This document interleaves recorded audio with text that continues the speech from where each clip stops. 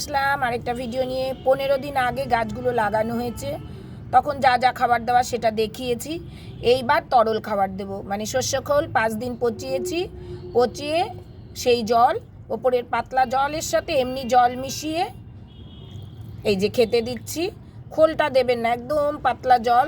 ধরুন আপনি এক কেজি খোল ভিজিয়েছেন, তার মধ্যে 10 লিটার জল দেবেন, দিয়ে ওপরের পাতলা যে জলটা, দেখুন জলের রঙটা দেখলে বুঝতে পারবেন, দেখেছেন তো?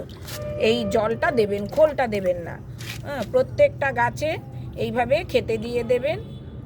আর আজকে আর জল দেবেন না, এই খাবার যে দেয়া হলো এরপরে আর জল দেবেন না। এভাবে যদি খাবার দেন, সুন্দর ফুলও হবে গাছের, আর গাছের মানে গ্রোথটাও খুব ভালো হবে। একদম ছোট ছোট গাছ এনেছিলাম, তারপরে এই চতুর্দিক থেকে পোট চাটতে শুরু করেছে সুন্দর। এই টবটা না ছড়িয়ে পড়বে, এই টবটা একদম ছড়িয়ে যাবে, খুব ভালো লাগে দেখতে। যখন ফুল ফুটবে আবার দেখাবো।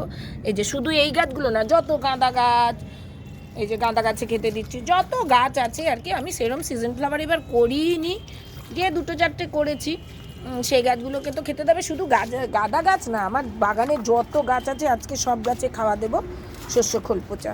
ধন্যবাদ সকলকে, অনেক শুভেচ্ছা, শুভকামনা।